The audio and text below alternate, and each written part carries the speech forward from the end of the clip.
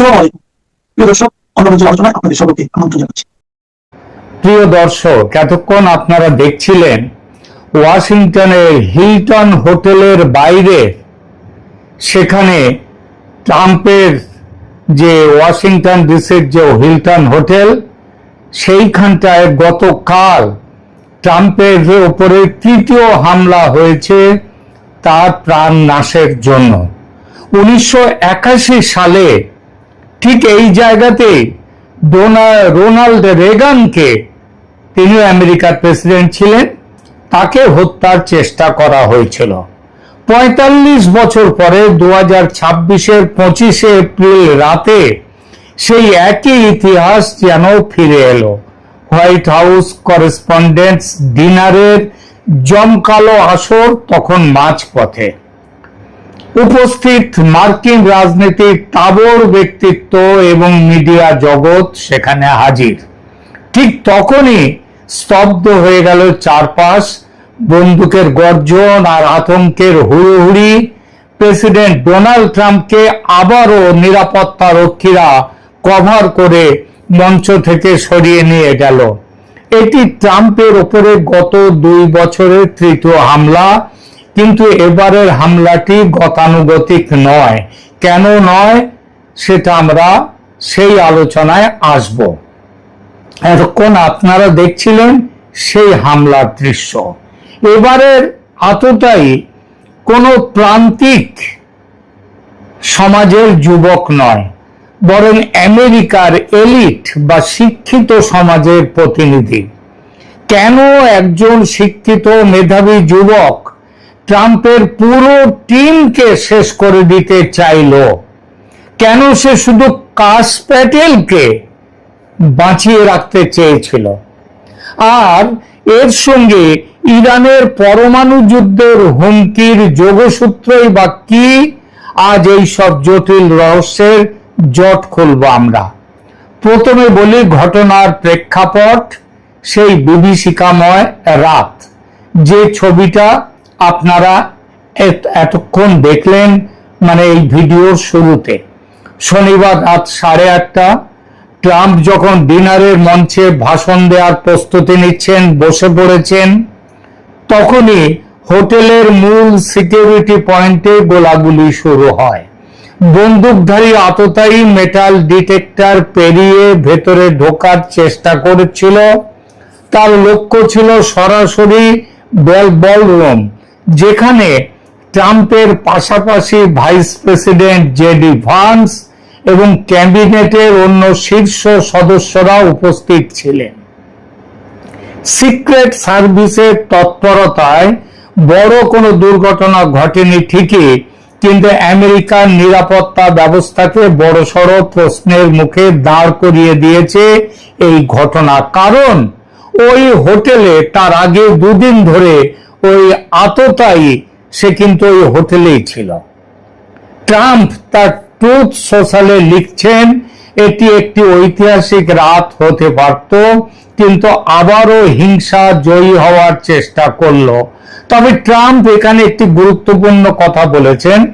তিনি ইরান যুদ্ধের সঙ্গে এর যোগ নিয়ে প্রশ্ন নিজেই তুলেছেন।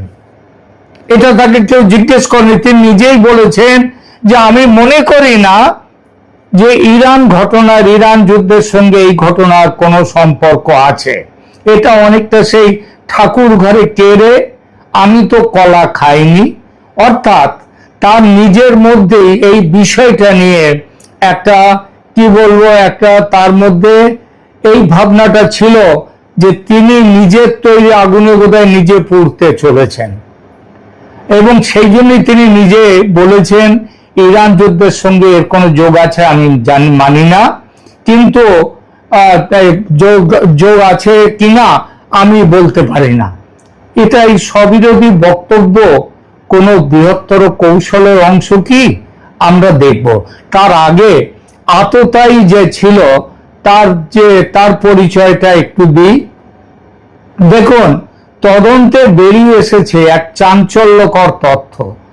আততায়ী 32 বছর বয়সী কোল টমাস অ্যালেন, ক্যালিফোর্নিয়ার টরেন্সের বাসিন্দা। এই যুবক কোনো সাধারণ অপরাধী নয়, সে নিগ্রোও নয়, সে মুসলমানও নয়, সে আমেরিকার এবং সে অশিক্ষিতও নয়। সে আমেরিকার অন্যতম সেরা শিক্ষা প্রতিষ্ঠান ক্যালটেকের স্নাতক। শুধু তাই নয়, সে এক সময় নাসা, যে আমেরিকার মহাকাশ গবেষণা কেন্দ্র, তার ল্যাবরেটরিতে ইন্টার্নশিপ সে করেছে এবং পেশায় একজন অত্যন্ত সফল শিক্ষক। কেন একজন এত উচ্চ শিক্ষিত মানুষ, যার সামনে উজ্জ্বল ভবিষ্যৎ, সে বন্দুক হাতে তুলে নিল? কেন? তদন্তকারীরা তার কাছ থেকে একটা ম্যানিফেস্টো উদ্ধার করেছে। অ্যাকচুয়ালি এই ম্যানিফেস্টোটি সে দিয়েছিল তার পরিবারকে। এই ঘটনার আগে তাদেরকে পাঠিয়েছিল তার নিজের পরিবারকে। সেখানে সে নিজেকে লিখেছে ফ্রেন্ডলি ফেডারেল অ্যাসাসিন, মানে হত্যাকারী হিসেবে, কিন্তু বন্ধু হত্যাকারী সে দাবি করেছে। এখানে সে স্পষ্ট লিখেছে যে ট্রাম্প প্রশাসনের যুদ্ধবাজ নীতি আমেরিকার বুদ্ধিজীবী এবং শিক্ষিত জনমানুষের তীব্র ক্ষোভ তৈরি করেছে। বিশেষ করে ইরানের সাথে যুদ্ধে সাম্প্রতিক যে ট্রাম্পের যে ভূমিকা, তা অ্যালেনের মতো আমেরিকার শিক্ষিত সজ্জন ভদ্র মানুষদের কাছে অসহ্য হয়ে উঠেছিল। এখানেই প্রশ্ন ওঠে, আমেরিকার শিক্ষিত সমাজকে তবে মনে করছে যে ট্রাম্পের হাত ধরে পৃথিবী তৃতীয় বিশ্বযুদ্ধের দিকে এগোচ্ছে? এই হিংসা কি ব্যক্তিগত আক্রোশ, নাকি কোনো আদর্শগত যুদ্ধের বহিঃপ্রকাশ? এরপরে আমরা যে বিষয়টি নিয়ে কথা বলবো সেটা হচ্ছে কাশ প্যাটেল।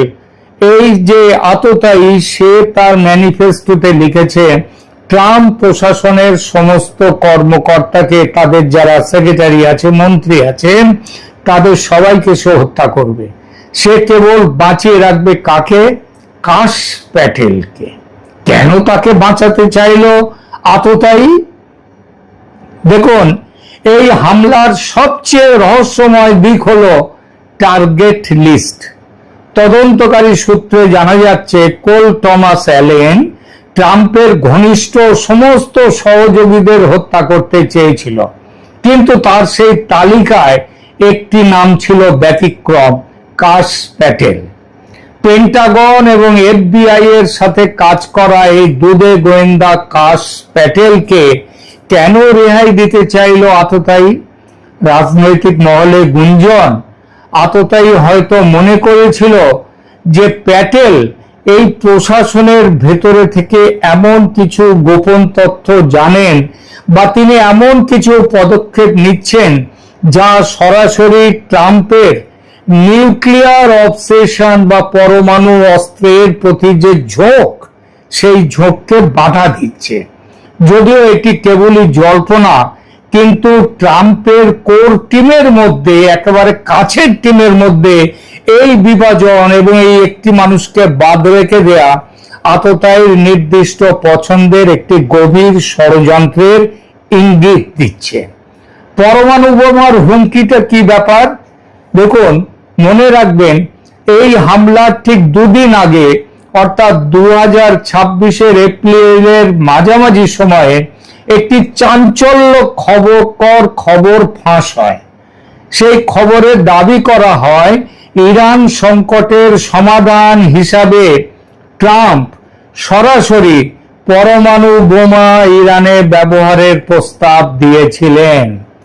হিরোশিমা নাগাসাকির অত বছর আগে কমজোরি পরমাণু বোমা সেখানে কয়েক লক্ষ মানুষকে হত্যা করেছিল।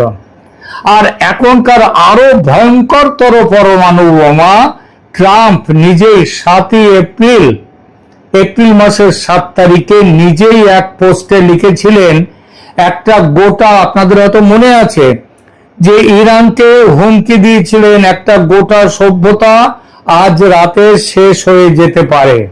তিনি এমনও বলেছিলেন ইরানকে পাঠিয়ে দেবেন প্রস্তর যুগে।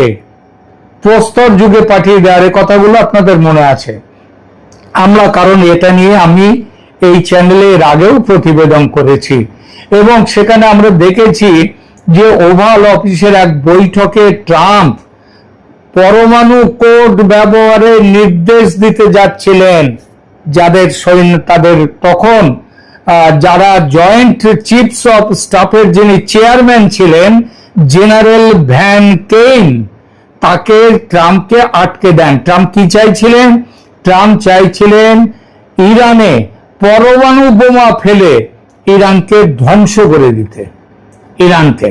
এবং তখন কেইন, যে জেনারেল কেইন, ভ্যান কেইন, তিনি সাফ বলেছিলেন ট্রাম্পকে, নো স্যার, এটা আপনি করতে পারেন না। এবং এই মনে করা হচ্ছে যে এর পেছনে হাত রয়েছে কাস প্যাটেলেরও। এই ঘটনা প্রকাশ্যে আসতেই মানে তাকে বারণ করেছিলেন যে জেনারেলকে বলে, এবং ট্রাম্পকেও বুঝিয়েছিলেন যে এটা আপনি করতে পারেন না। এই ঘটনা প্রকাশ্যে আসতেই দেশ জুড়ে তোলপাড় শুরু হয়। সমালোচকরা দাবি করেন ট্রাম্প ইরানকে স্তব্ধ করতে গিয়ে 1 কোটি মানুষের প্রাণ নিতেও দ্বিধা করছেন না। এই যে যুদ্ধবাজ ট্রাম্প, এটাই কি কোল টমাস অ্যালেনের মতো মেধাবী যুবকদের তাদেরকে এই কাজ করতে বাধ্য করছে, এই দিকে এগিয়ে দিচ্ছে? ট্রাম্পের নিজের ভাষায়, আমি ইরান যুদ্ধের সাথে এর কোনো যোগ আছে বিশ্বাস করি না। কে বলেছে তোমাকে বিশ্বাস করতে? কিন্তু তোমার নিজের মনের মধ্যে অপরাধ বোধটা আছে, যার জন্য তুমি ইরান যুদ্ধের সাথে এটার সম্পর্ক তৈরি করে দিয়েছ। সাধারণ মানুষ কিন্তু তোমার এই কথাও বিশ্বাস করবে না। তারা মনে করবে আজকে আমেরিকা যে সারা পৃথিবীতে যুদ্ধবাজ হিসেবে ইরানের মানুষের এত বড় শত্রু হয়েছে, তার একমাত্র কারণ হচ্ছে ট্রাম্প। ট্রাম্প বর্তমানে 2 দিক থেকে আক্রমণের শিকার।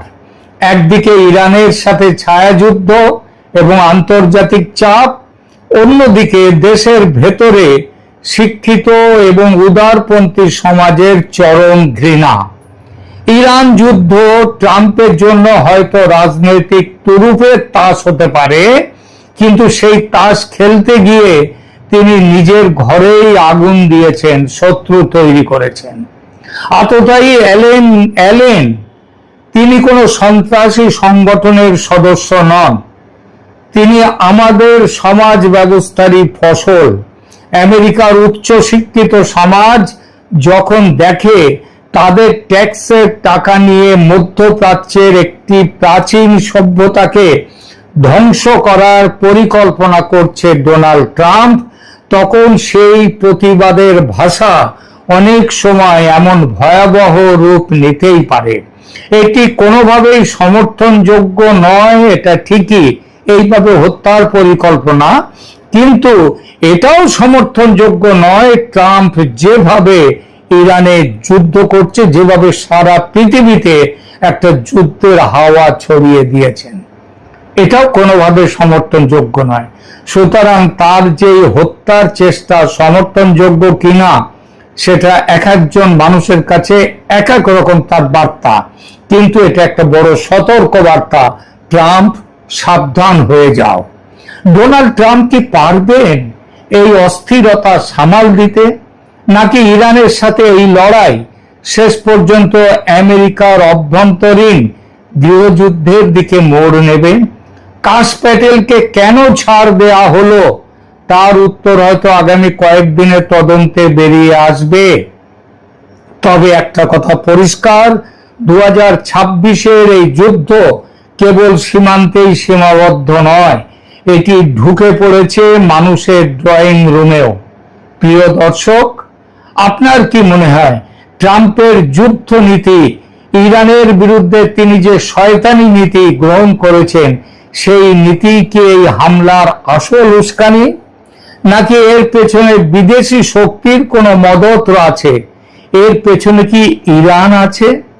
যে আততায়ী, তার সাথে ইরানের কোনো যোগাযোগ কেউ এখনো বলতে পারেননি, কিন্তু তার পুরো যোগাযোগটাই হচ্ছে ইরানের মানুষের সাথে আত্মিক যোগাযোগ এবং ট্রাম্পের এই যুদ্ধবাজ নীতির বিরুদ্ধে প্রতিবাদ, এবং সেই প্রতিবাদ করতে গিয়ে নিজের জীবনকে তিনি সঙ্গীন অবস্থায় ফেলে তিনি নিজের জীবনকেও তিনি এগিয়ে গিয়েছেন। তিনি তাকে ট্রাম্পের যারা কর্মীরা, নিরাপত্তারা কর্মীরা, তারা তাকে, তার পরবর্তী আরো ছবি এসছে, সেখানে দেখা যাচ্ছে তাকে শুইয়ে দিয়েছে, অজ্ঞান হয়ে সে পড়ে রয়েছে, হাত পা বাঁধা, চোখ বাঁধা, এই অবস্থায় রয়েছে। কিন্তু এই মানুষটি আমাদের কাছে অনেক, অন্তত ব্যক্তিগতভাবে আমার কাছে বটেই, যে সে একটা বার্তা দিতে চেয়েছিল এবং এটা খুব জরুরি বার্তা। প্রিয় দর্শক, আমার মনে হয় আপনাদের মধ্যেও এই ভাবনা আছে। আপনারা এই যে কাজটি, এই কাজটি সমর্থনযোগ্য নয়, কিন্তু আমার মনে হয় ওই যে অ্যালেন যিনি আততায়ী, তাকে অন্তত একটা স্যালুট জানানো আমাদের উচিত। আপনিও স্যালুট জানাবেন। ভিডিওটি ভালো লাগলে লাইক করুন এবং শেয়ার করুন। এই ধরনের ভূ রাজনৈতিক বিশ্লেষণের জন্য সাবস্ক্রাইব করুন ক্যালকাটা ডায়ালগস। দেখা হবে পরের ভিডিওতে। নমস্কার। ডক্টর সৌমিত্র খানের কথা শুনলেন। এই বক্তব্য তিনি নিজে সোশ্যাল মিডিয়াতে পোস্ট করেছেন ভোটের দিন রাতে। সেদিনই, মানে প্রথম দফার ভোটের দিন রাতে, সেদিনই বিজেপির বিধায়ক চন্দনা বাউরি একটি বোলেরো গাড়ি আটকেছেন, যার মধ্যে বেশ কিছু অব্যবহৃত রিজার্ভ ইভিএম মেশিন, ওই বাক্স ছিল। বিধায়কের অভিযোগ, আসল ইভিএম পাল্টে এই ইভিএম গুলো ডিসিআরসি অফিসে নিয়ে যাওয়া হচ্ছিল আসলের বদলে এগুলো রেখে দেওয়ার উদ্দেশ্যে। অর্থাৎ ভোটের ফল পাল্টে দিতে এই ছক করেছে তৃণমূল কংগ্রেস। বাঁকুড়ার এই ঘটনার পর আরো অন্তত ৩-৪ জায়গা থেকে এই একই ধরনের অভিযোগ এসেছে, অর্থাৎ ইভিএম বদল করা হচ্ছে। ভোটের আগে রাজ্য সরকারি কর্মচারীদের সংগঠন সংগ্রামী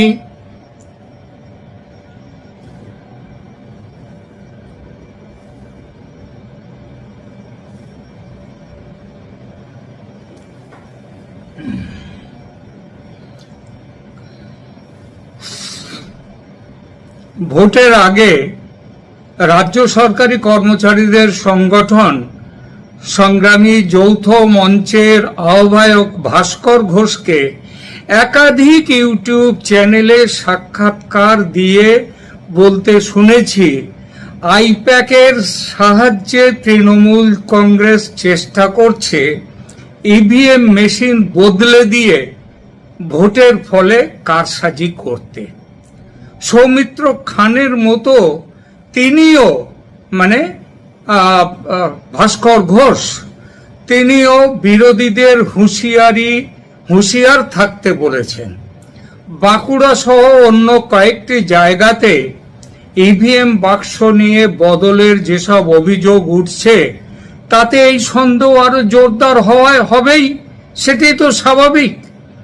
নির্বাচন কমিশন এই বিষয়ে জড়িতদের বিরুদ্ধে, মানে সেক্টর কমান্ডার, সেক্টর অফিসার ইত্যাদি, তাদের বিরুদ্ধে আদৌ কোনো ব্যবস্থা নিয়েছেন কিংবা নিতে চলেছেন, এসব সম্পর্কে কোনো সংবাদ এখনো প্রকাশ্যে আসেনি।